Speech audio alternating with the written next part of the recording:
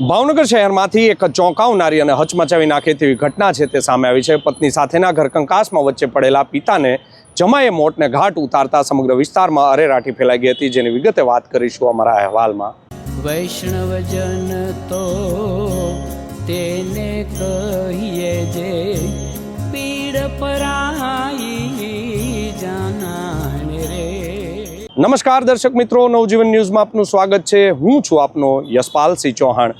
ભાવનગર શહેરના બોરતળાવ વિસ્તારમાં આવેલી બેંક કોલોનીમાં ગઈકાલે સાંજે કૌટુંબિક ઝઘડો છે તે લોહિયાળ બન્યો હતો।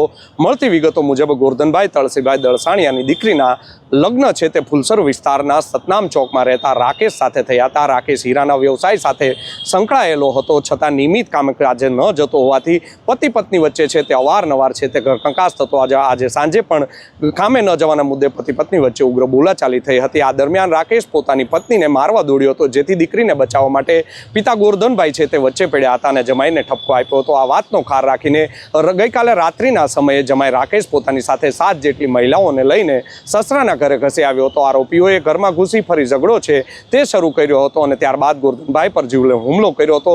માથાના ભાગે ઈંટનો ઘા મારતા તેઓ લોહી લુહાણ હાલતમાં ગોરધનભાઈ ઢળી પડ્યા હતા। બાદમાં ભાવનગરની સરટી હોસ્પિટલ ખાતે સારવારમાં ખસેડ્યા હતા, જ્યાં સારવાર દરમિયાન તેમનું કરુણ મોત છે તે નીપજ્યું હતું। આ મામલે છે તે સંદીપ દલસાણિયા છે, મૃતકનો પુત્ર છે, તેનું એક નિવેદન સામે આવ્યું છે। શું કહી રહ્યા છે તેઓ તેને પણ સાંભળો। મારું નામ સંદીપ ગોરધનભાઈ દલસાણિયા છે। અમે બોટ તળાવ પાસે બેંક કોલોનીમાં રહીએ છીએ। મારી બહેનનો ઝઘડો હતો મારી બનેવી સાથે કે કામે જવાનું, એને ઓપરેશન કરાવવાનું હતું પથરીનું મારી બહેનને, તો અહીંયા દાખલ થવાનું કીધું ડૉક્ટર, દાખલ ન થયા। બીજા દિવસે બપોરે મારી બહેનને કીધું કે કામે જવાનું મારી બનેવીને, તો મારી બનેવી કામે ન જાય, મારી બહેનને મારવા મળ્યા। એટલે મારા પપ્પા છૂટા પડાવવા ગયા, મારા પપ્પાએ 1-2 લાફા માર્યા, એટલે મારા પપ્પાને પહેલાં મારવા લીધા ઈટડું લઈને, પછી એ વહી ગયા ત્યાંથી।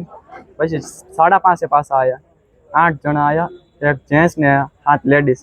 પછી આવીને 2 જણાએ મારા પપ્પાને માર્યા, રાકેશે પકડી રાખ્યા અને પારુબેને માથામાં બ્લોક માર્યો અને રાકેશે પહેલાં લાફે મારવા મળ્યા અને પાયો માર્યો ખાટલાનો। પછી મારા ઘરનાને મહિના ચાલુ છે, 3જો મહિનો ચાલુ છે, 4 જણાએ થઈને એને માર્યા અને મને મારી બેનને બધાને મારવા મળ્યા આવીને। મારા પિતાજી ગુજરી ગયા। એનું નામ શું? ગોરધનભાઈ। અહીંયા પોલીસ કેસ કર્યો? હા, પોલીસ કેસ કર્યો છે, ગોતવા ગયા છે પોલીસ મારા ભાઈને સાથે લઈ। જે હતા એમાં કોણ કોણ હતા? તમને કોના નામ આવડે? હા, રાકેશ, પારુબેન, પછી હેતલ અને બીજા બધા હતા, બીજાનું નામ નથી આવડતું। ક્યાં રહેતા? એ અત્યારે અહીંયા અમારે ઘરની બાજુમાં જ રહે છે, રૂમ રાખી છે ભાડે એમ, અને ત્યાં રહેતા હતા। ગામ એમનું વલભીપુર છે અને આ પારુબેન ને એ અહીંયા આકલોલ બાજુ રહે છે। તો આતા સંદીપ દલસાણિયા બનાવની જાણ થતાં જ city DYSP R Singhal PI સહિતનો પોલીસ કાફલો છે તે ઘટના સ્થળે દોડી ગયો હતો। પોલીસ સ્થળ પરથી પુરાવાઓ છે તે એકત્રિત કરીને તપાસ શરૂ કરી છે કે પ્રાથમિક તપાસમાં લાંબા સમયથી ચાલતા બંદૂક અને ઘરકંકાસનું હત્યાનું કારણ છે તે પોલીસ દ્વારા સામે આવ્યું હતું। બોરતળાવ પોલીસ દ્વારા પણ હવે ચક્રો છે તે ગતિમાન કરવામાં આવ્યા છે। જે મહિલાઓ સામેલ હતી, જેઓ આરોપી જે સામેલ હતો, તેને પકડી પાડવા માટે પણ ટીમો છે અલગ અલગ કામે લાગી છે। આ મામલે સિટી ડીવાયએસપી આર સિંઘાલનું નિવેદન સામે આવ્યું છે। શું કહી રહ્યા છે તેઓ તેને પણ સાંભળો। બોરતળાવ પોલીસ સ્ટેશનના જે ચિત્રા વિસ્તાર જે છે ત્યાં બેંક કોલોનીમાં કુટુંબિક ઝઘડો થયેલો, જેમાં આ કામે જે ગોરધનભાઈ તળસીભાઈ જે છે તેના દીકરી અને જમાઈ તેની વચ્ચે જે ઝઘડો થયેલો હતો અને એ ઝઘડોમાં જે છે જે ગોરધનભાઈને માથાના ભાગે ઈંટ મારવાથી તેનું સારવાર દરમિયાન મૃત્યુ થયું છે। ઇન્ટરનલ પ્રાથમિક વિગત એવી જાણવા મળેલી છે કે જે આ ગોરધનભાઈ જે છે તેના દીકરી અને જમાઈ જે છે એ હીરાના વ્યવસાય સાથે કનેક્ટેડ છે અને થોડા દિવસોમાં તેઓ હીરાની કામગીરી કરતા હતા અને પછી નહીં કરતા હતા, જેથી તેઓના કુટુંબમાં મનદુખ ચાલતું હતું અને તેઓ એકબીજાની પાસે જ રહે છે। તો આ જે મનદુખના કારણે આજે જે ગોરધનભાઈને જે છે માથાના ભાગે ઈંટ મારતા તેનું સારવાર દરમિયાન મૃત્યુ થયેલું છે। પોલીસ દ્વારા હાલમાં ઇન્ક્વેસ્ટની કામગીરી ચાલુ છે અને જે આ મરણ જનાર જે છે તેના જે છે વાલી તેની પૂછપરછ કરી અને ફરિયાદ લેવાનું કામગીરી ચાલુ છે। આ કામે જે આરોપીઓ જે છે તેને પકડવા માટે એક ટીમની રચના કરવામાં આવેલી છે અને વહેલી તકે આરોપીઓને ઝડપે કરવાની કામગીરી થનાર છે.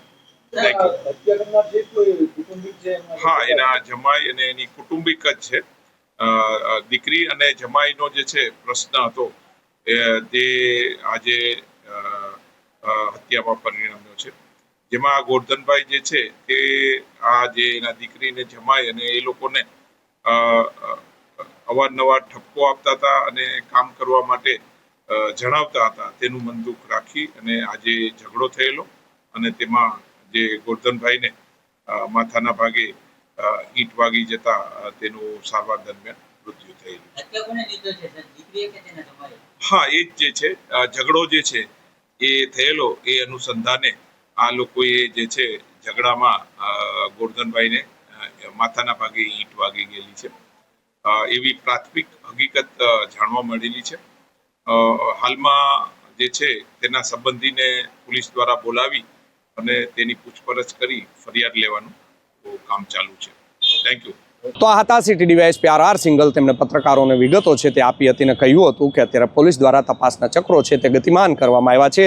આરોપીને પકડવા માટે અત્યારે તજવીજ છે તે શરૂ કરવામાં આવી છે. આમ કહી શકાય કે ભાવનગરમાં છેલ્લા લાંબા સમયથી જે હત્યાના બનાવો શાંત થયા હતા, ફરી એક વખત આમ કહી શકાય કે ભાવનગર શહેરમાં છેલ્લા લાંબા સમયથી શાંતિ હતી અને ગઈકાલે ઘરકંકાસને કારણે એક સસરાની છે તે કરપીણ હત્યા કરી દેવામાં આવતા સમગ્ર જે વિસ્તાર છે તેમાં ચકચાર મચી જવા પામી હતી. એવું જોવું રહ્યું આગામી સમયમાં પોલીસ દ્વારા ક્યારે આરોપીઓની ધરપકડ કરવામાં આવે છે અને સાચું કારણ શું છે તે પણ પોલીસ દ્વારા જ્યારે કહેવામાં આવશે ત્યારે જ ખબર પડશે.